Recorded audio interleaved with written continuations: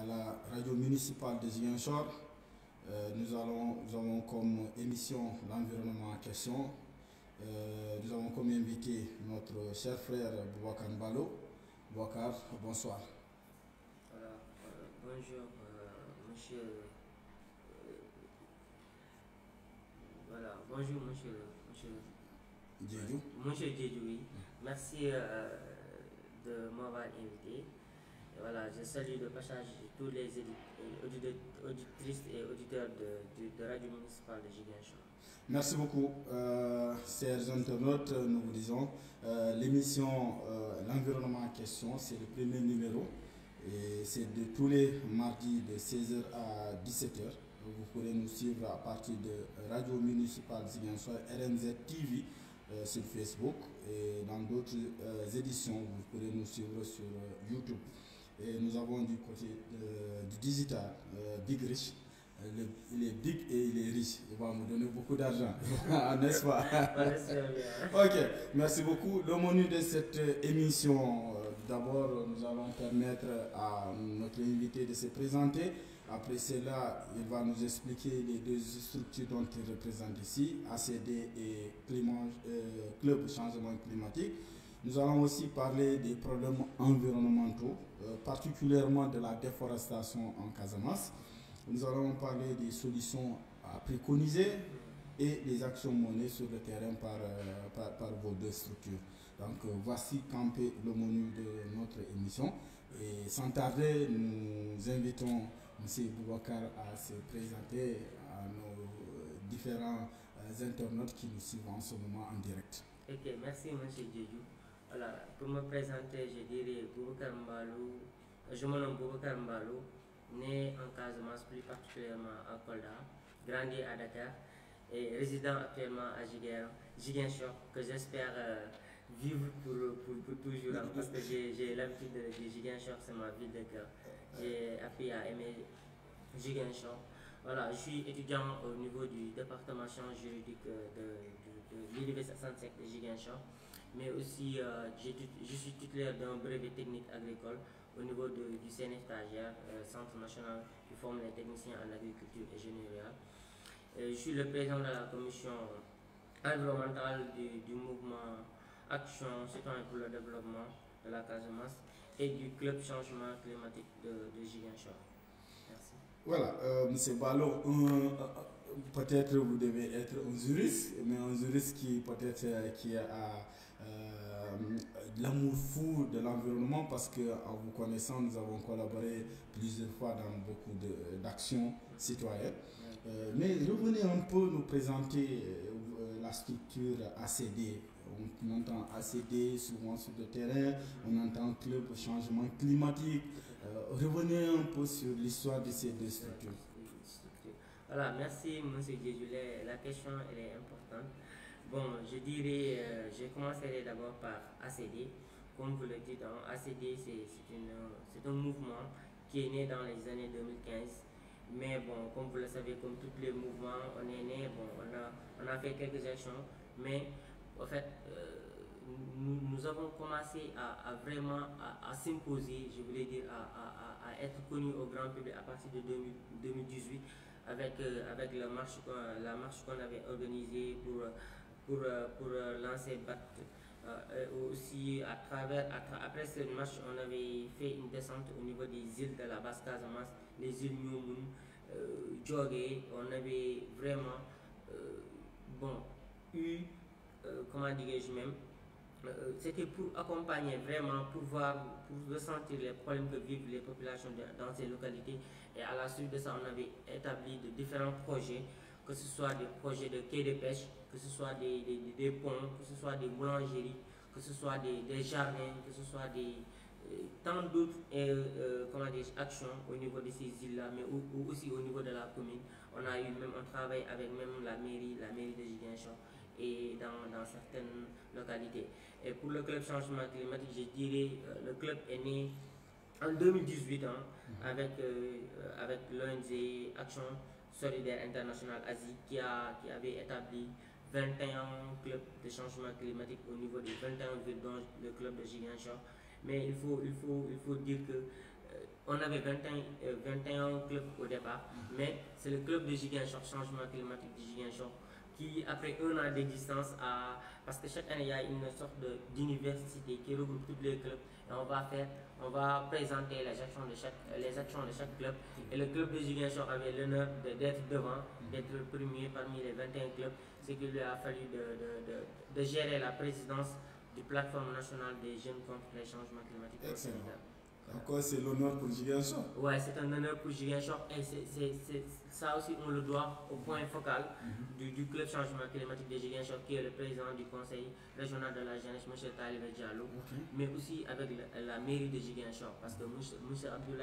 Abdoulaye Baldé nous avait reçus, nous a accompagnés, nous a mis en rapport avec ses services compétents, à l'occurrence la commission environnementale de la mairie, où nous avons assisté à certaines de leurs réunions techniques et certaines réunions qui préparaient le budget, mais aussi la mairie, depuis la création du club, à chaque fois que, par exemple, il y a une délégation ou il y a des activités dans le cadre de l'environnement, il implique carrément le club comme ACD.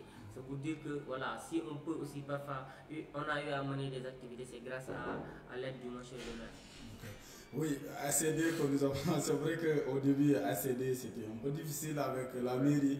Il y avait ce bras de fer, mais bon, comme on l'a dit, c'est dans l'intérêt général. Voilà, c'est ça qui c'est dans l'intérêt général. Et comme au début, on ne se connaissait pas, la mairie, il n'y avait pas d'interlocuteur entre la mairie et ACD. Donc, ce qui a fait qu'il y a eu ces problèmes. Mais heureusement, tout est rentré dans l'ordre et sont devenus des collaborateurs. Donc, on vous félicite dans ce sens-là, les deux structures dans cette collaboration. Et le club changement climatique qui a à sa tête aussi une dame. C'est aussi l'honneur pour les dames. Aïssatou.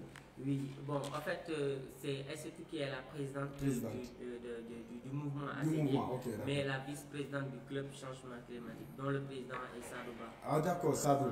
Ok, d'accord. Donc c'est aussi l'honneur pour les femmes aussi dans les actions d'être devant. Souvent, on oublie les femmes, on est toujours devant les hommes. Ouais, mais par rapport à cette question, en fait, ACD a réglé cette question. Parce que la présidente est une dame, la secrétaire générale aussi c'est une dame. Et mon adjoint aussi par rapport à la commission environnementale, c'est une dame, c'est une journaliste, Ginette Badji. En fait, pour dire que c'est des femmes qui se battent. ACD, parce que comme je l'ai dit tantôt, on a des actions à mener dans les îles. C'est les femmes qui se mettent devant. Parfois, il y a des femmes, on descend sur le terrain avec leurs enfants.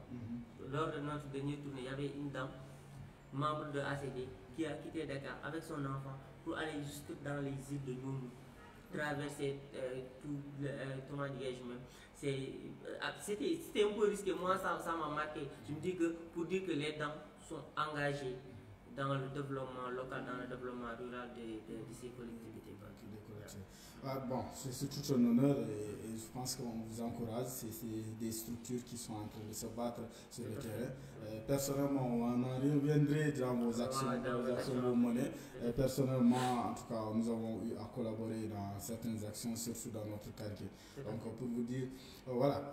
Mais ACD, si je veux comprendre, ACD, c'est dans toute la Casamance naturelle ou bien ça se limite dans la région de Ziguinchor? Bon, ACD, comme on le dit, c'est Action citoyenne pour le développement de la Casamance. Casamance naturelle.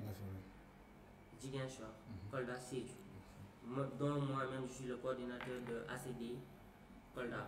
Il y a un autre coordinateur qui s'occupe de Sédhiou. On mène des actions comme à Ziguinchor, comme à Sédhiou, comme à Kolda. Mais il faut dire que Ziguinchor bénéficie de la plupart de nos projets actuellement parce qu'on n'a pas assez de moyens parfois pour se déplacer à Sédhiou ou à Kolda. Mais c'est durant l'hivernage, avec les campagnes de reboisement ou avec certaines activités, qu'on a eu à inclure les autres régions. Mais il faut dire que nous avons cette ambition d'intervenir comme nous intervenons à Ziguinchor, à Sédhiou, comme à Kolda. Okay. Et le club changement climatique se limite au niveau de l'université à Sansec de Ziguinchor? Bon, le club changement climatique, c'est pour la ville de Ziguinchor, pour la région de Ziguinchor. Comme je l'ai dit tantôt, c'est 21 clubs. Certains clubs sont dans les villes, comme Bourg a un club. Mais la plupart des clubs, c'est au niveau régional, le club changement climatique. de Kaolack, le club changement climatique de Kolda, celui de Sédhiou, celui de Dakar, Pékin aussi. Bon, donc il y a certaines grandes villes qui ont des clubs changement climatique, mais de manière générale, les clubs changement climatique, c'est au niveau régional. Donc le club changement climatique de Ziguinchor a une compétence territoriale au niveau de la région. C'est la raison pour laquelle M. Talibi Diallo est le point focal. Voilà. Okay, je comprends. Donc nous saluons de passage notre frère, le jeune frère Talibé, le président de tous les jeunes de la région de Ziguinchor aussi. Il a beaucoup de casquettes. Moi aussi, c'est une passage aussi pour saluer ce monsieur, parce que vraiment, moi j'ai appris à connaître ce monsieur à travers le club changement climatique. C'est quelqu'un de très disponible. C'est quelqu'un avec moi, je l'admire beaucoup, parce que c'est quelqu'un qui inclut tout le monde. Moi, je dis que je suis Goldoa, mais quand j'ai intégré le club, il m'a même, en fait, quand il organise des actions ou quand il mène des actions dans le cadre du conseil régional de la jeunesse, il m'implique. Il pouvait dire que moi, c'est un Goldoa. Donc voilà, eux, ils ont le conseil régional de la jeunesse. Mais c'est juste pour dire que c'est quelqu'un qui associe tout le monde, qui collabore avec tout le monde. Voilà. D'accord, ok.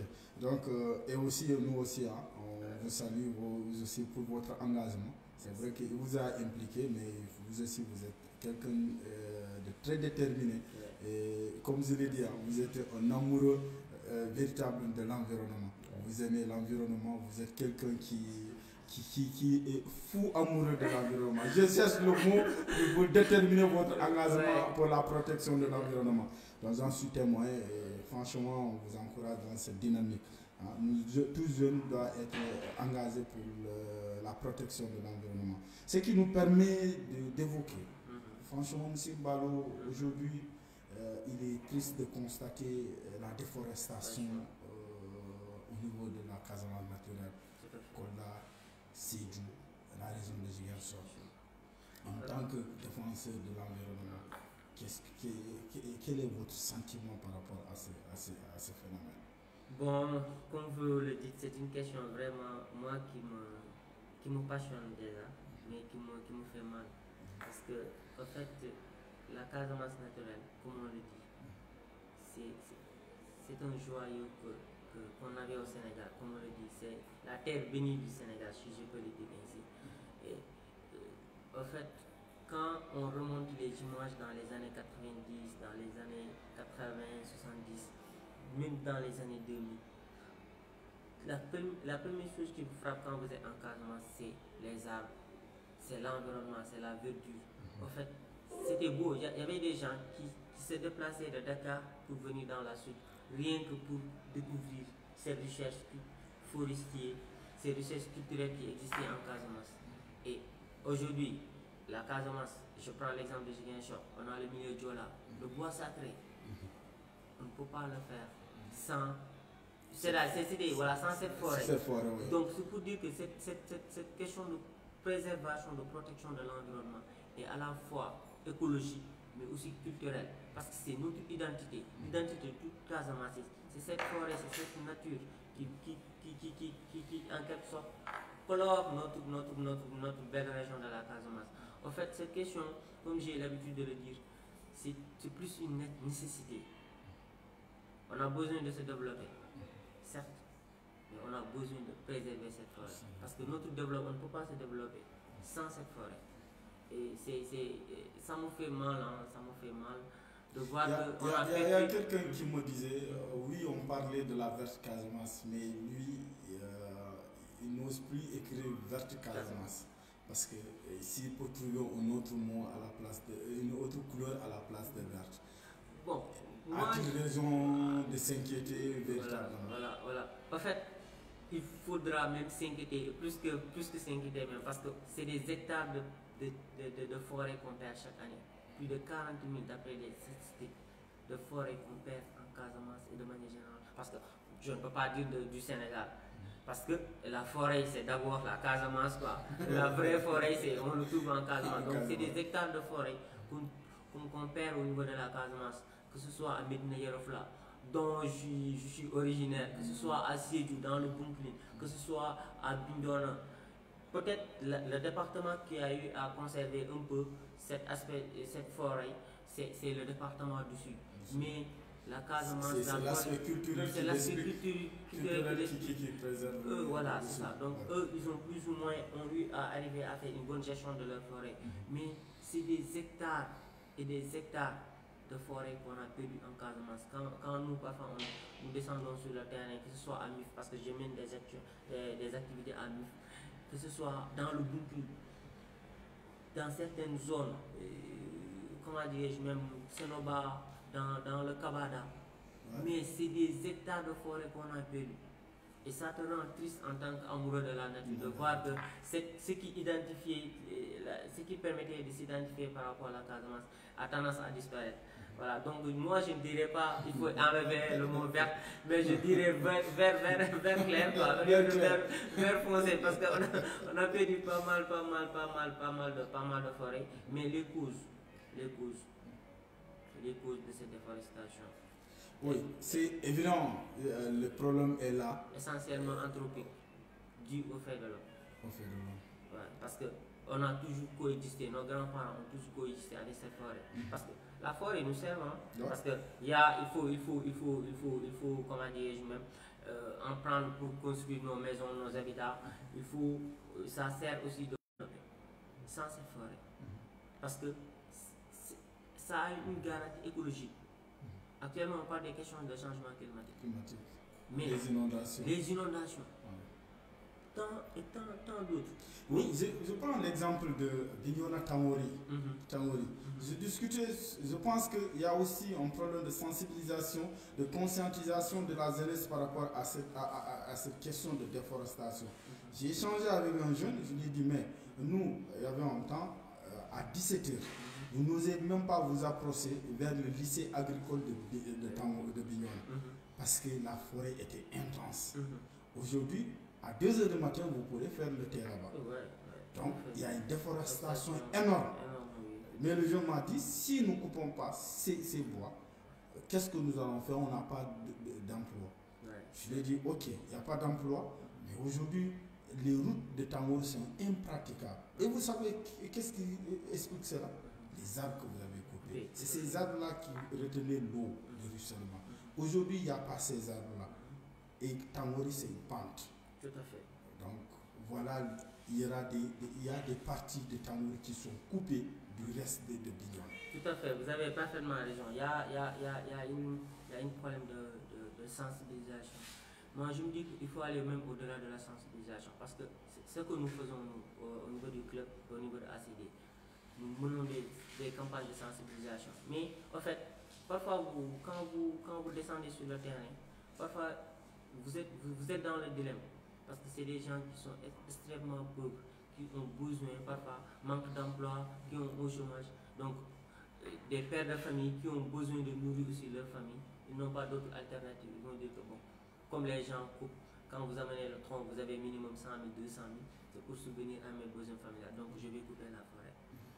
Donc, pour régler cette question, il faut aussi régler la question du chômage. Il faut aussi régler la question aussi du développement des milieux ruraux. Parce que nous constatons que l'essentiel des investissements étatiques, c'est au niveau urbain. Donc, la population rurale, on l'oublie. Il y a une partie qui va venir exo-rurale au niveau des milieux urbains, mais l'autre partie qui reste au niveau rural. Mais lui, il va subvenir à ses besoins à travers la forêt. Donc, c'est quelque chose que nous déplorons vraiment, que l'État doit, le peu de choses qui restent, le peu de parties, le peu d'arbres qui restent au niveau de la Casamance, l'État doit tout faire pour le préserver et pour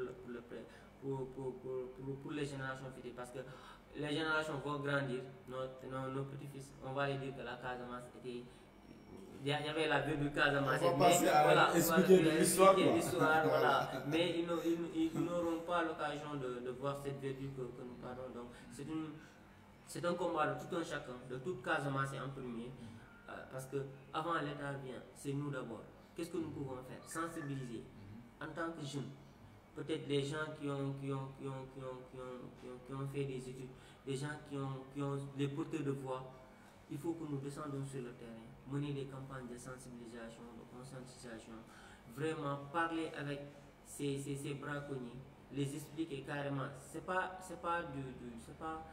quelque chose, c'est pas une excuse parce que l'État ne vous a pas donné de l'emploi que vous devez couper cette. Parce que quand vous coupez l'arbre qui a fait 30 ans ou 40 ans pour qu'on ait une arbre, c'est-à-dire, et après vous allez retourner pour faire l'agriculture, mais il y aura forcément des impacts par rapport à l'agriculture parce que quand vous coupez l'arbre, c'est un tas de conséquences au niveau écologique et au niveau même économique parce que quand vous coupez l'arbre, et c'est les arbres qui favorisent l'eau, donc il y a la rareté des pluies, ce qui fait que, comme vous le voyez, en Casamance, comment dirais-je même, le taux de pluviométrie a diminué depuis plus de 10 ans maintenant. Exactement. On est passé de plus de 2000 m3 d'eau vers les 1000-1500. Et parfois, le clan des pluviales est perturbé. Vous semez, mais il y a rareté d'eau, donc il y a un tas de problèmes qui fait baisser les rendements, la dégradation des sols, le vent. Ça fait effondrer tout un tas de villages. Donc, ce qui fait que chaque événement, vous entendez, dans tel village, il y a l'effondrement de tel bâtiment, voilà, qui cause d'énormes dégâts en matière économique et en matière humaine aussi. Voilà, en dehors de cette déforestation au niveau de la Casamance, que nous pouvons parler toute une journée sans terminer, parce que c'est une réalité, comme vous l'avez évoqué, dans toute la Casamance naturelle, aujourd'hui nous pouvons dire seul le département d'Oussouye a vraiment eu à conserver cette forêt. Et si demain ces gens-là ne vont pas encore essayer de pénétrer dans ce département. Mais eux, ils sont vigilants. La population d'ici, il faut le saluer, c'est des gens vraiment vigilants par rapport à cette pratique. Oui, mais vous savez, la population a peur aussi. Parfois, ce qui s'est passé ici, nous en savons. Au comité villageois qui pour la protection de la forêt, qui voit des autorisations de coupe être remis à des gens à des personnes qui viennent avec du matériel sophistiqué pour abattre en 2 heures de temps, abattre des milliers d'arbres. Ça pose énormément de problèmes. D'où c'est que là, les autorités, on dira que les autorités sont en parfaite complicité aussi avec les coupeurs de bois. Oui, c'est ça que je disais tout à l'heure, avec la complicité de certaines autorités administratives. Parce qu'en fait, il y a une planning par rapport aux descentes des gens des eaux de forêt. Mais parfois, c'est ces autorités c'est eux qui délivrent les permis de coupure de bois. C'est pas vous, c'est pas moi qui les délivre. Donc, c'est les autorités qui doivent veiller aux personnes à qui ils vont délivrer ces permis. Et après délivrance, ils doivent faire le suivi pour voir. Si vous, par exemple, vous délivrez un permis de coupure de bois mort, mais il faut vérifier si le gars il coupe vraiment du bois mort ou donc eux ils délivrent et après pour eux ils ont fait leur boulot, mais il faut faire le suivi. Et le Sénégal, malheureusement, nous avons un problème de suivi, donc ils ne font pas le suivi. Parfois les gens vont dire que j'ai une permission de coupe, ils vont couper tout, parfois ils vont faire du charbon de bois, parfois ils vont faire ça comme j'ai l'habitude de dire, le mat, parfois c'est des planches. Ils vont dire qu'ils vont couper du bois mort pour faire le mat, ce qui est vraiment normal parce que les bois morts, on peut l'exploiter, c'est permis, mais ils vont aller couper des veines, des têtes pour en faire des planches. Et ça, c'est pas. Voilà. L'autre problème dans ça, j'ai changé avec un jeune de village qui me dit oui, Ali, c'est vrai, ce que vous êtes en train de dire, c'est vrai. Mais vous pensez que nous, on est né ici, grandi ici, nous avons vu ces arbres, parfois les feux de brousse, nous protégeons ces arbres. Et après, des gens qui quittent n'importe où avec des permis de coupe, viennent couper tous ces arbres-là, nous n'en bénéficions même pas. Et après, vous dites, nous, on n'a pas le droit de couper ces arbres-là pour vivre. Au minimum, nous, on coupe, vu que les autres viennent de l'autre côté. C'est une injustice sociale que l'État doit veiller vraiment à ces genres de pratiques. Parce que c'était l'objet des comités de villageois. Pourquoi on a des comités de villageois? On prend les gens qui sont au niveau de la localité pour vraiment déjà garder, mais aussi veiller à l'utilisation rationnelle. On ne dit pas que la population ne va pas utiliser la forêt. Naturellement, on doit utiliser la forêt. Parfois, on a besoin de couper pour réparer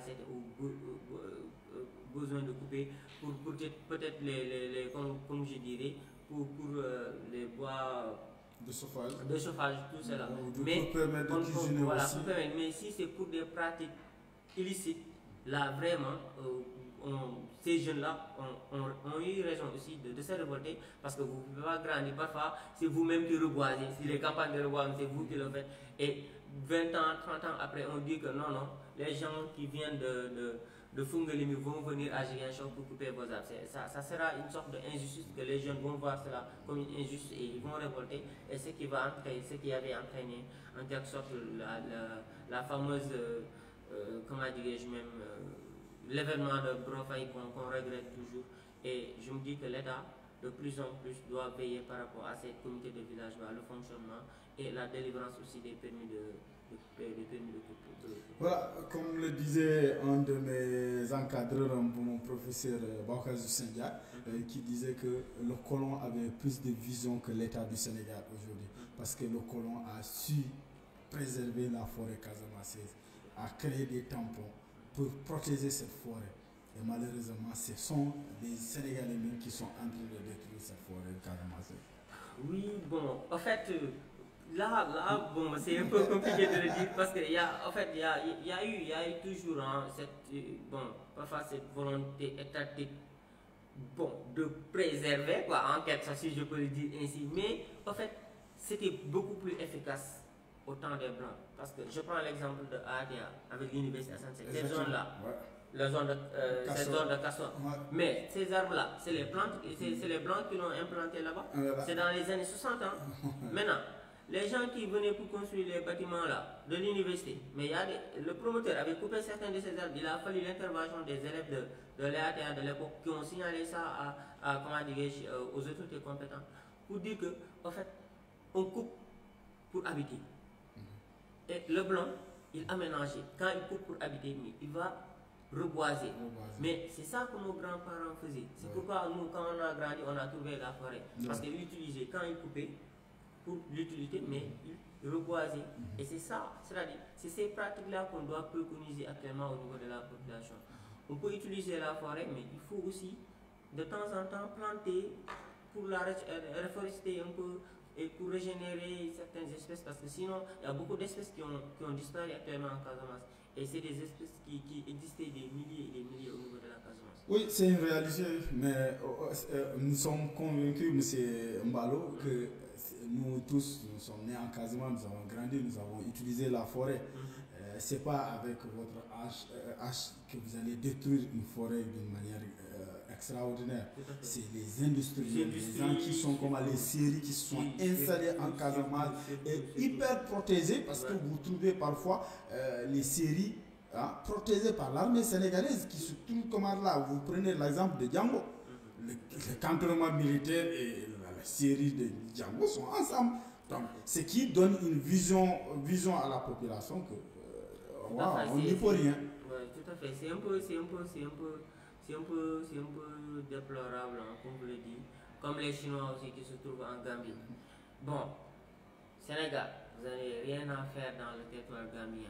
Mais vous pouvez protéger vos frontières. Exactement. Ce qui fait que les bois qui quittent Sénégal ne peuvent plus passer, ne peuvent pas transiter Gambie. Mais si vous laissez comme ça, peureux vos frontières là, mais je ne dirais pas la nuit, mais c'est en pleine journée que vous voyez des séries qui est chargées des bois pour l'amener en Gambie. Et ça, je me dis que si on est dans un état normal, vraiment ces genres de choses-là, on doit vraiment veiller à ce que cela cesse. Parce que à l'espace de quelques années, il y a une étude qui a été faite avec le département de géographie de l'université. En 30 ans, c'est des hectares, c'est plus de 92 000 hectares de forêt qu'on a perdu au niveau de la Casamance. C'est un peu dommage. Voilà, après nous dirons à nos petits-fils et à nos aînés petits-fils que la Casamance était verte, il y avait de gros arbres qui vous marquaient. Voilà. Maintenant, M. Mbalo, toute cause, pour problème qui se pose, il faut des solutions. Et aujourd'hui, selon vous qui êtes dans ce domaine-là, quelles sont les solutions que vous préconisez?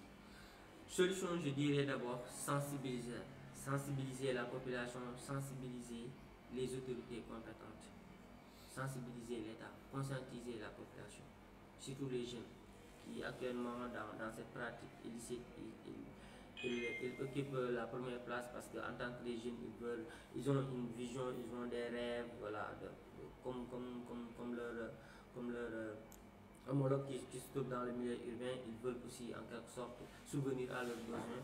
Donc c'est eux qui, la majeure partie du temps, s'adonnent à ces pratiques de coupure abusive du bois.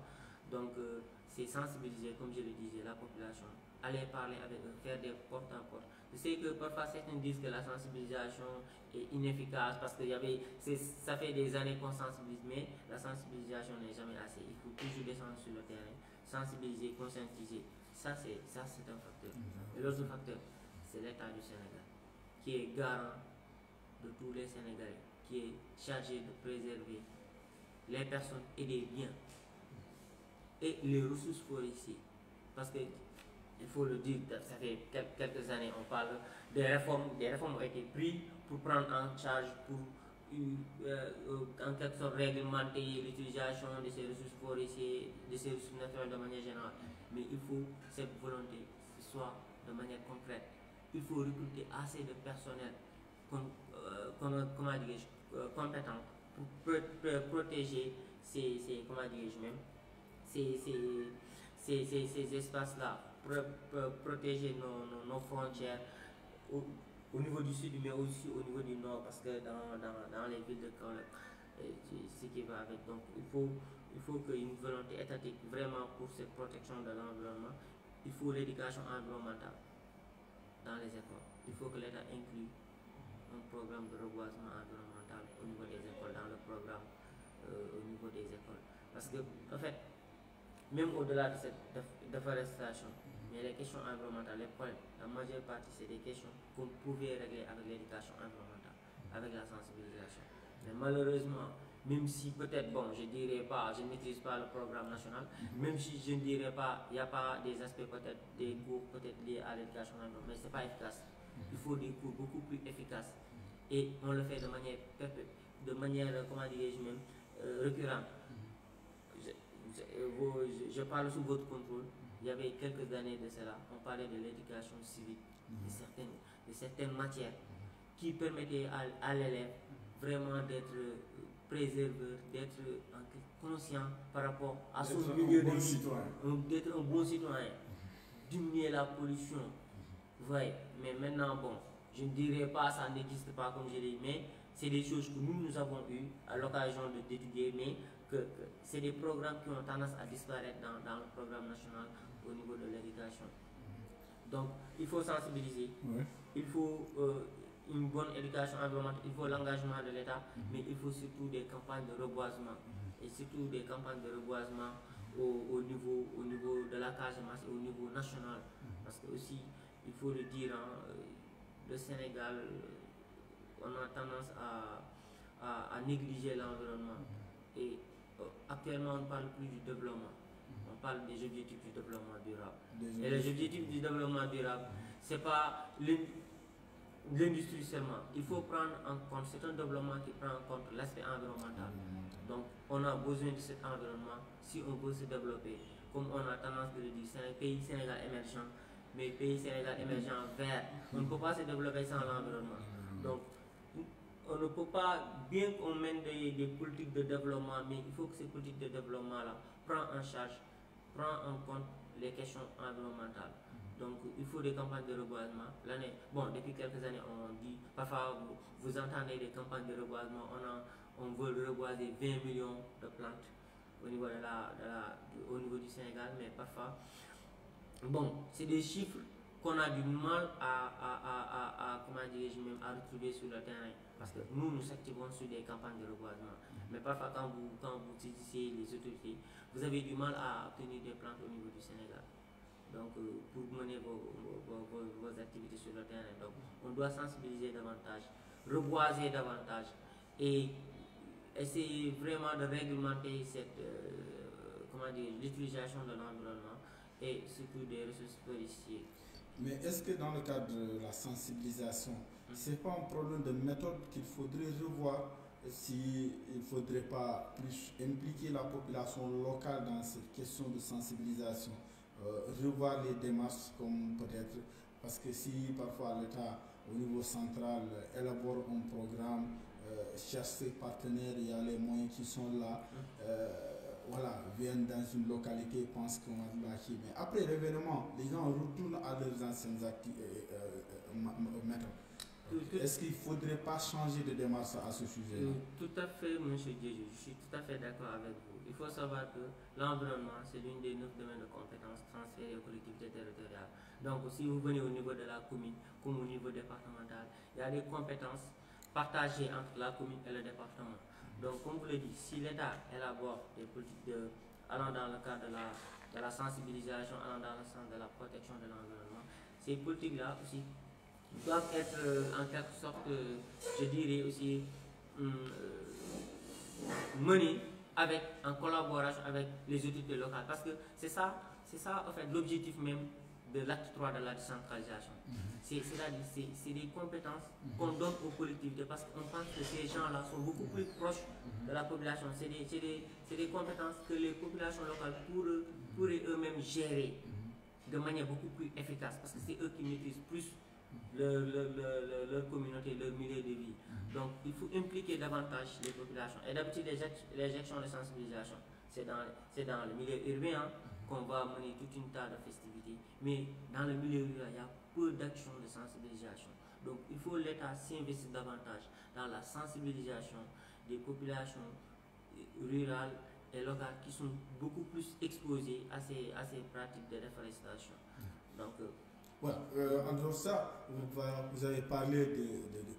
Ensuite, on va venir bientôt à Castor pour voir, on était en Kanyana, mais on a un taux de réussite de plus de 90%.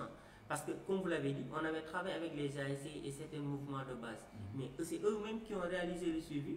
Et nous, de manière générale, après, on est venu pour voir nous-mêmes constater le taux de réussite qu'ils nous disaient. Est-ce que ça a réellement existé? Donc, je dis de plus en plus, l'État du Sénégal, quand vous menez des campagnes de reboisement, il faut prendre le temps aussi de faire le suivi avant de se lancer dans une autre campagne. Impliquer surtout la population locale. Voilà, c'est ça.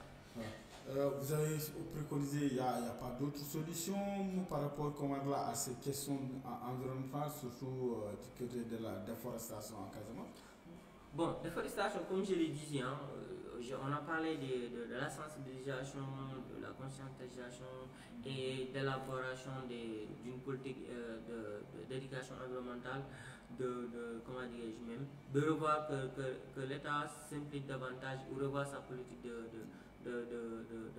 préservation de l'environnement, de reboisement, de la réforestation avec même l'Agence nationale de la Grande Muraille et de la réforestation, M. Ali Haïdar aussi, que je salue de passage parce que lui aussi il nous accompagne dans le cadre de nos activités de l'hivernage de l'année passée et ça fait 2 ans qu'il nous accompagne. Lui, je ne sais pas dans cette direction, mais avant ça, dans ses activités personnelles dans le cadre de Océanium, j'ai été témoin en son temps en tant que journaliste au niveau d'une radio de la place. J'ai eu à couvrir beaucoup de ses activités dans le reboisement de la mangrove. Voilà. Donc mon village aussi, Tchobon, faisait partie des villages qui fournissaient le mangrove pour cette activité.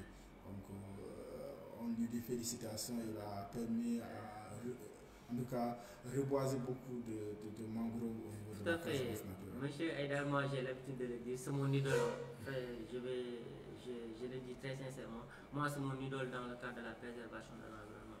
Parce que c'est un monsieur qui a dédié toute sa vie pour la préservation et pour la protection de l'environnement. C'est des milliers.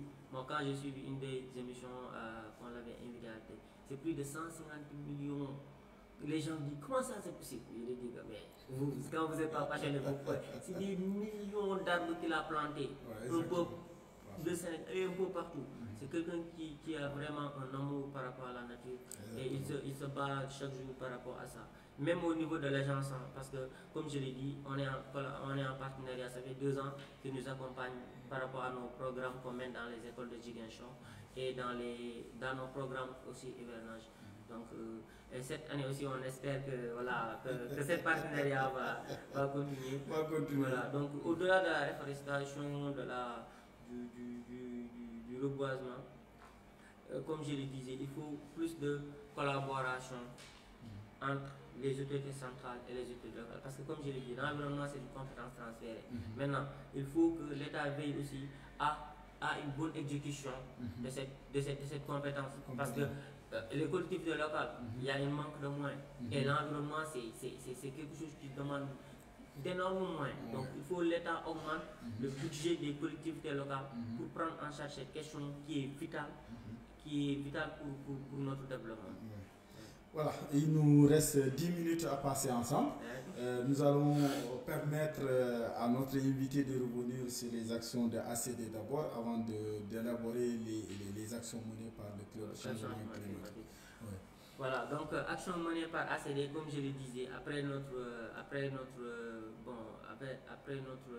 combat par rapport à l'ancien BAT, on s'est dit qu'on ne va pas se limiter par rapport à ce combat. Il faut descendre sur le terrain, voir les îles ou les localités qui pratiquaient, qui faisaient des. Voilà, c'est-à-dire qui pratiquaient l'ancien BAT, avec qui on avait combattu ensemble pour la préservation de l'ancien BAT. On est descendu sur le terrain, voir leurs problèmes pour essayer d'apporter des solutions.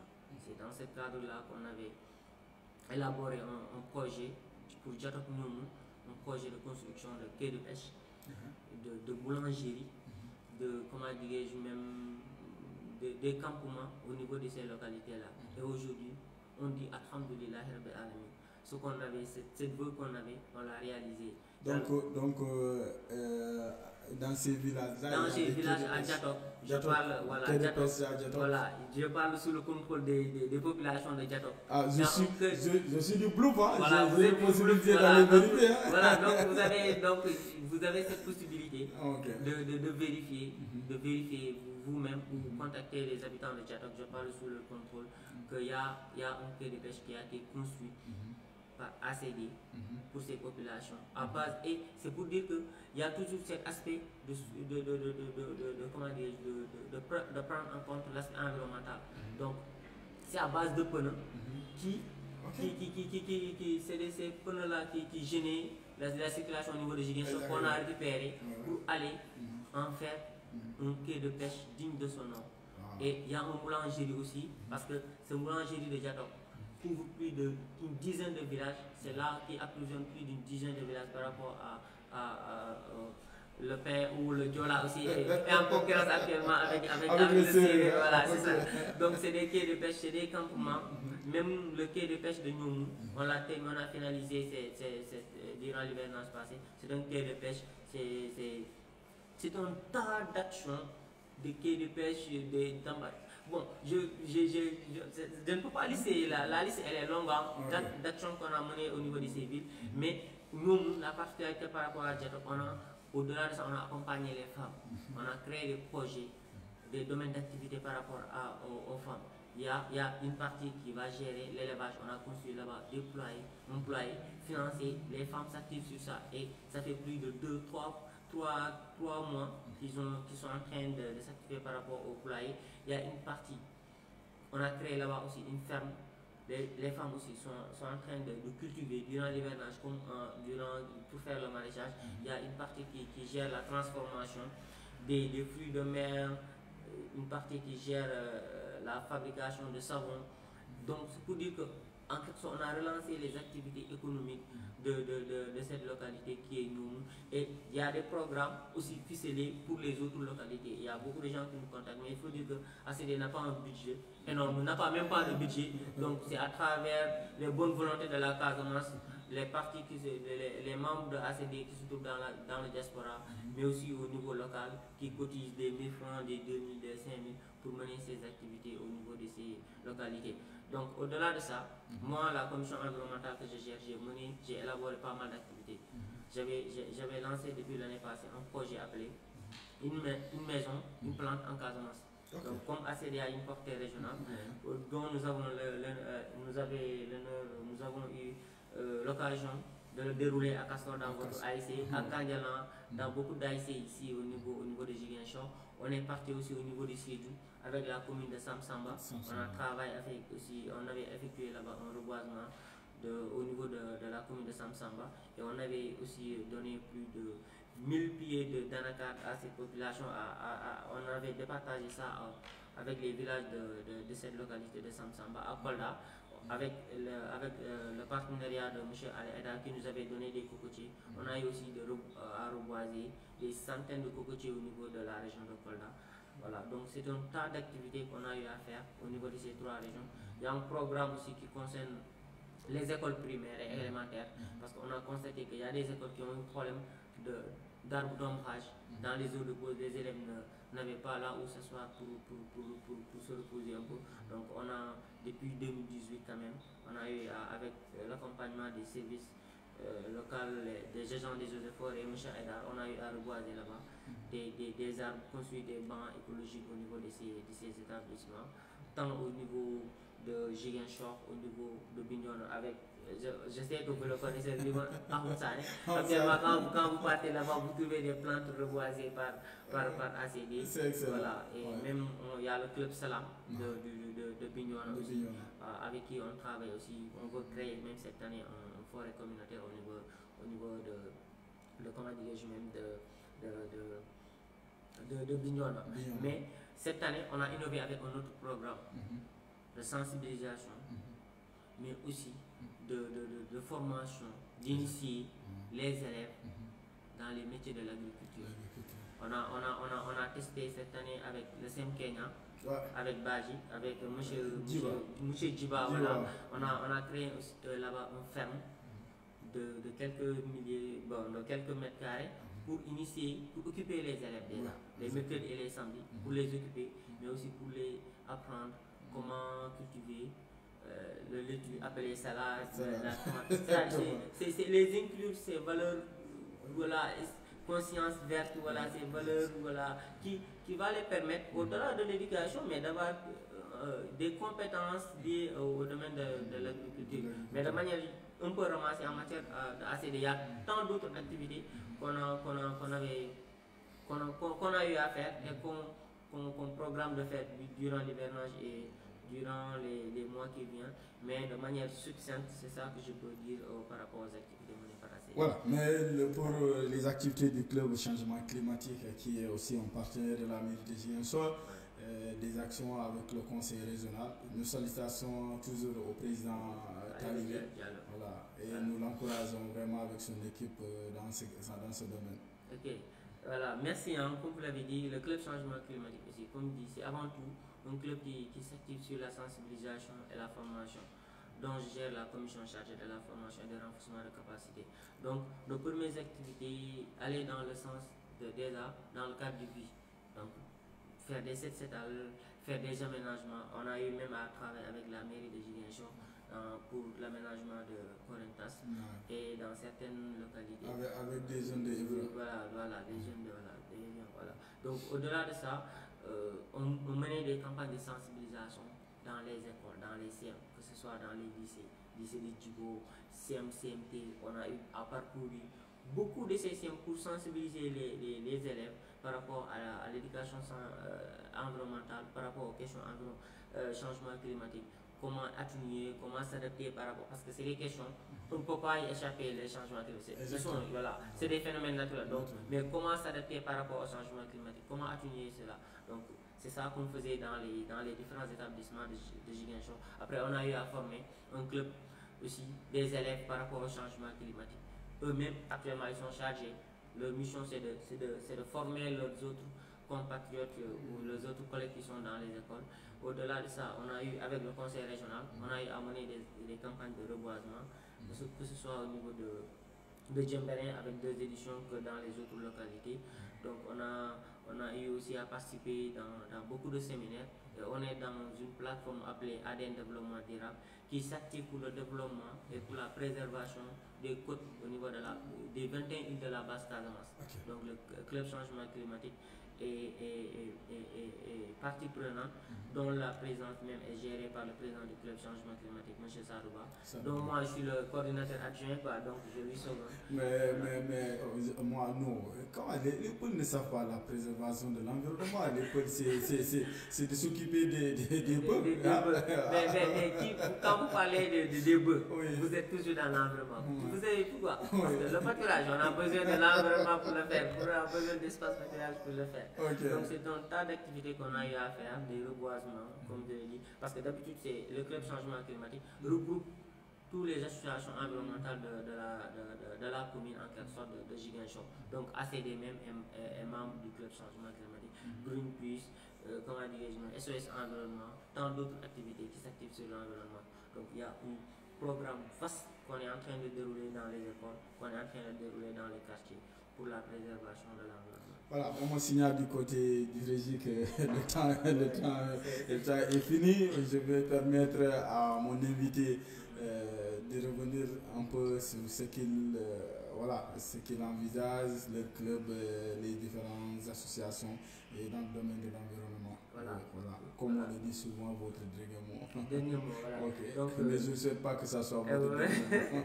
Ok, merci. En fait, voilà, pour l'hivernage prochain, on a, comme l'année passée, on a eu à établir un plan d'action par rapport à l'hivernage basé essentiellement sur le reboisement au niveau de la région de Ziguinchor, dans les quartiers, comme on a eu à le faire l'année passée. Cette année, on va poursuivre le club en collaboration toujours avec ACD dans certaines localités qui restent de Ziguinchor, de Bignona. L'année passée, on n'avait pas pu toucher aussi. Cette année, on va le toucher.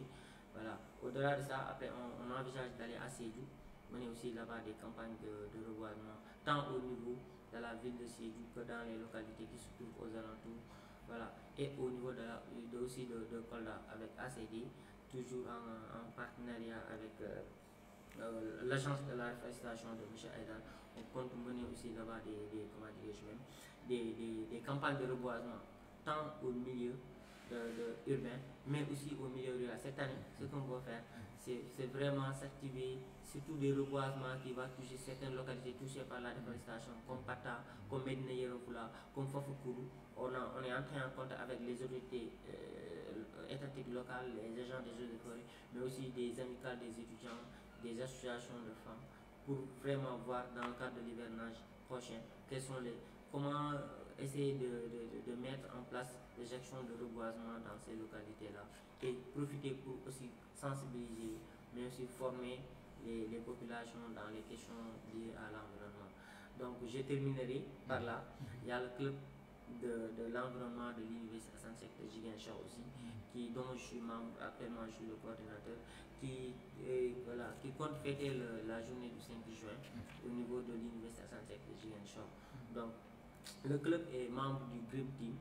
Donc, le Green Team, c'est une association qui regroupe les mouvements environnementaux aussi de certains mouvements environnementaux de Ziguinchor, dont l'AIC Castor est membre, dont le club changement climatique est membre, dont ACD est membre et tant d'autres activités. Donc Green Team est mis en place par JVE Sénégal, les jeunes volontaires pour l'environnement. Ils vont venir nous accompagner dans le cadre du 5 juin. Donc c'est une occasion pour moi d'inviter tous les jeunes de Ziguinchor, tous les amoureux de la nature à venir communier avec nous pour fêter cette journée mondiale de l'environnement le 5 juin au niveau de Assane Seck. Okay. C'est toute une journée. Oui, c'est toute une journée. Voilà. Et le 3 et le 4, il y aura des formations déjà pour les journalistes.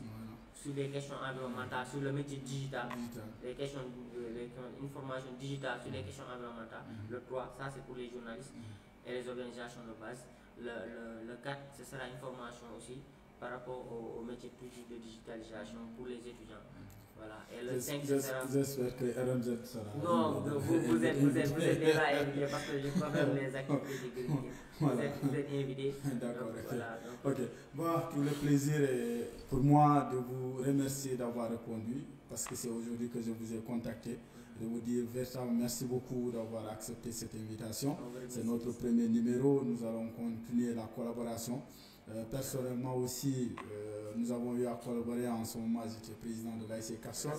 Nous avons mis en place un espace vert écologique parce que c'est avec des pneus que nous avons fait des bancs et des tables bancs. Donc merci beaucoup pour cette disponibilité. L'occasion pour moi aussi de dire coucou à notre Aïssatou qui est de l'autre côté. Elle est tellement engagée. Et je me rappelle le reboisement sous la pluie.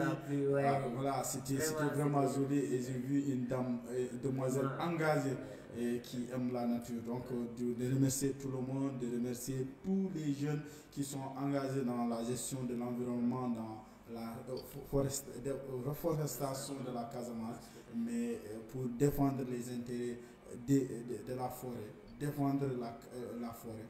En tout cas, je remercie tout le monde et nous disons un coucou au SEM Kenya aussi, qui est un SEM exemplaire. Nous ferons une visite avec mon ami et frère M. Djiba, qui est en train de mener des actions dans ce domaine-là. Et nous félicitons, nous disons merci aussi à M. Talibé, le président du Conseil régional de la jeunesse, le point focal du club changement climatique.